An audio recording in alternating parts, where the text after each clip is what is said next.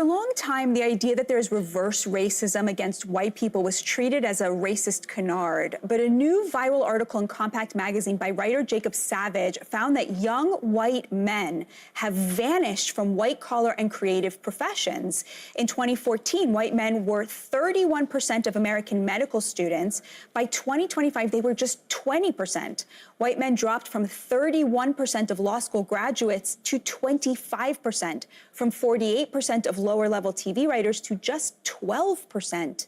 The Atlantic's editorial staff went from 53% male and 89% white to 36% male and 66% white. This wasn't by accident, it was by design, DEI design, to overcome what had been admittedly terrible discriminatory practices that kept out women and people of color. White-collar industries simply reversed the discrimination and aimed it at white guys. It's really appalling because all racial discrimination is appalling. What the left doesn't seem to understand is that the laws in this nation apply to everyone, and that includes laws about discrimination. And that's exactly what's being discussed over here on CNN, with GOP Firebrand Brianna Lyman taking to task Cari Champion and the rest of the CNN panel. But before we begin, don't forget to like, share, comment, subscribe on this video so we can get through the algorithms. Here we go. The Trump administration is escalating its war on DEI. Are you a white male who's experienced discrimination at work based on your race or sex? You may have a claim to recover money under federal civil rights laws. The EEOC is committed to identifying, attacking, and eliminating all forms of race and sex discrimination, including against white male applicants and employees. That was the chair of the U.S. Equal Employment Opportunity Commission, and JD Vance is co-signing that call by reposting her message, but took many steps further by claiming that DEI isn't just, quote, lame diversity seminars or racial slogans. It was a deliberate program of discrimination, primarily, he said, against white men. Cari, I'm going to start with you. When you see this and you look at the statistics and you look at the numbers, how do you square these things? You know, I think this has been a movement for some time. I think back to probably probably forever, but I'm going to say probably 2013, 2014. I was working with someone who said to me, it was a male colleague of mine, white male colleague of mine, and he was feeling very uncomfortable with the state of the world. He was suggesting that he wasn't able to get anything done because he was a white male and the world was essentially against him, and everything made it seem like, guess what, we have to hire minorities, we have to hire women, we have to hire marginalized people.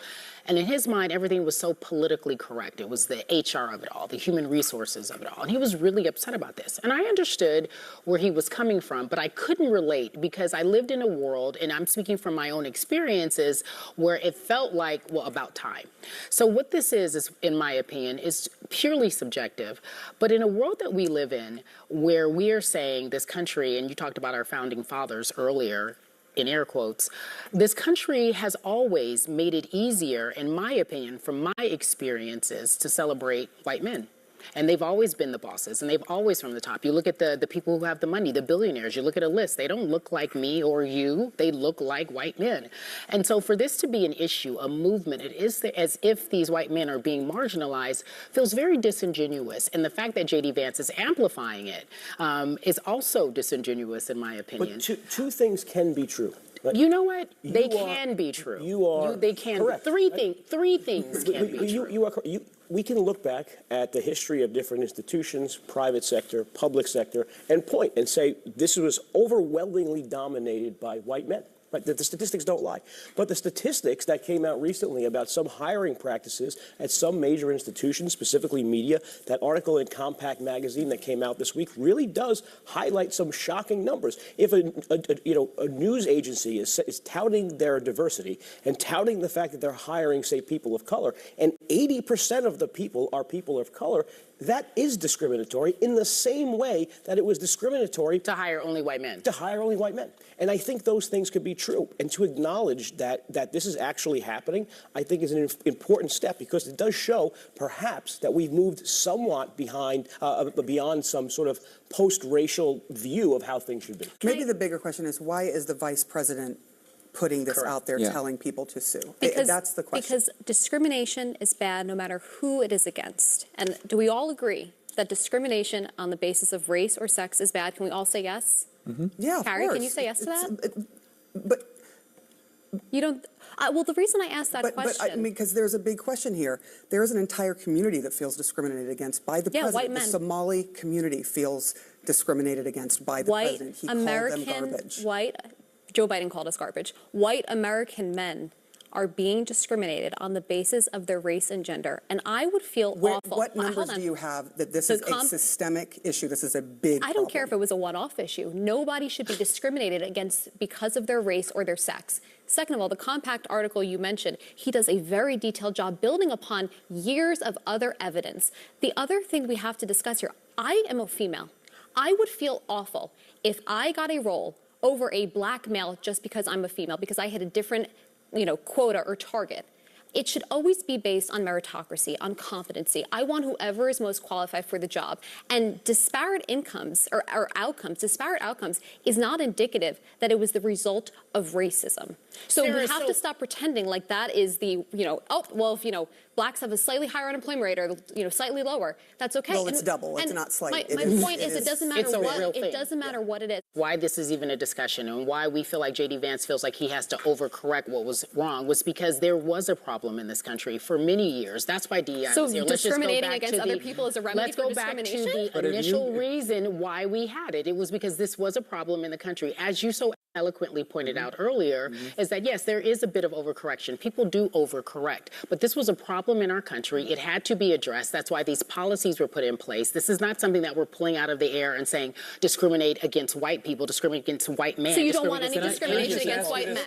There are people who are in roles who are in the roles because they happen to check a few extra quota boxes, even though they may not have been the most competent person. And what I'm sitting here saying that some people at this table can answer, do we all agree that no one, black, white, Chinese, whatever you are, should be discriminated against? The reason why I didn't answer your question was because it was a silly question. Wait, you don't think white people shouldn't be discriminated against? I was saying the reason why I didn't answer your question because it was a silly question because we know how this country has been run and we know who has the power structure, we know who has the money, and I won't answer your question. She never said that white men. She never said white men can't be the question. What you're advocating is a But you zero-sum can't game. correct the measure of discrimination by discriminating more. Treating the court system You asked as me a question. I have a question for you. Sure, go ahead. What corrective measure exists that doesn't give preferential treatment over specific races and genders? I think one way to ask this question, if you have two people who have the exact same credentials, which is a little odd, but exactly the same credentials, one is black, one is a black woman, one is a white man, historically, who gets that job? Who gets it today? Who gets it today? If you look at the Who gets it today? it's still... Nope, white not males. according to The Atlantic, the San Diego Tribune, NPR, all the people that were cited by Compact Mag as doing this. You don't want to say it, but it's true. The DEI... You go to the corporate website. We can't pretend this doesn't happen. You go to a corporate website and they announce how many people they've hired, people of color and women. And then we're going to pretend like it doesn't exist in the opposite way you were framing it as happening in the past. But this isn't a fair conversation. It doesn't happen. All we're simply saying is DEI was put in place because it was a reason to correct what was wrong. No word salad. Let's all agree that meritocracy is important. People who are most qualified should get the job. That doesn't always And that work is way. not reality in the world. That should be reality. But it's not. But it isn't But it reality. should be. Because of DEI, it's not. But it's Because not. of DEI? Because of DEI, it can't be. Oh my goodness. The first thing I want to point out is this Cari Champion lady is a piece of work. Okay, let's run through the highlights of her in this clip. Okay. Oh, she felt like it was about time when talking to her white coworker and him complaining about how he can't seem to get ahead. All right. So apparently discrimination's okay when it's in the name of social justice, right? Of white people getting comeuppance. And then, of course, you have the icing on the cake when Brianna Lyman says, I think we all agree at this table that discrimination based on race or sex is wrong. Guess who doesn't pipe in? Guess who doesn't join in? And guess who finally gets called out at the very end? Cari Champion herself, right? This is a silly question because the history of this country is bad and awful and only white men were able to get ahead. So now we have to discriminate to get even. So therefore, discrimination in some instances is totally fine. And that, of course, is what the whole conversation is about. Okay, we have seen discrimination in real life against white men specifically, and it's been excused away by the left. And by the way, in real life is what I refer to when I'm talking about, Netflix, okay? Former high-profile employee alleges he was at a meeting where managers explicitly stated, I will not hire this white guy because we have too many white people. Disney, a Disney executive was reportedly caught on tape in an undercover sting operation saying there is no way we're hiring a white man.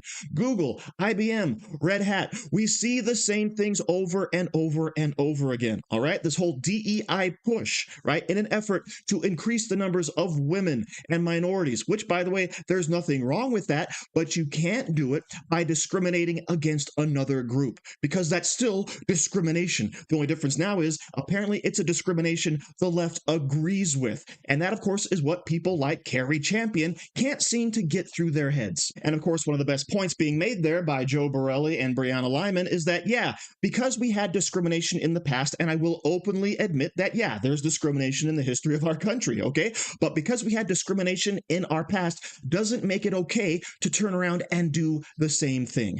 There's only one system that should be applied when hiring somebody, and that, of course, is meritocracy. Who's the most qualified for the job? Who's the person that's going to help this company the most? That should be the standard, not quotas, not the color of your skin, not the gender you are, right? Who's going to help this company, this organization, be the best it possibly can, and let the chips fall where they may. But of course, we're seeing the numbers bear out that, yes, it's been discovered that white men, to borrow a term from the left, are being marginalized in this nation, and they don't want to admit it. So yes, discrimination in this country is bad, no matter who is being discriminated against, something the left doesn't want to admit. So thank you very much for watching. Don't forget to like, share, comment, subscribe, and say hi to your mom for me.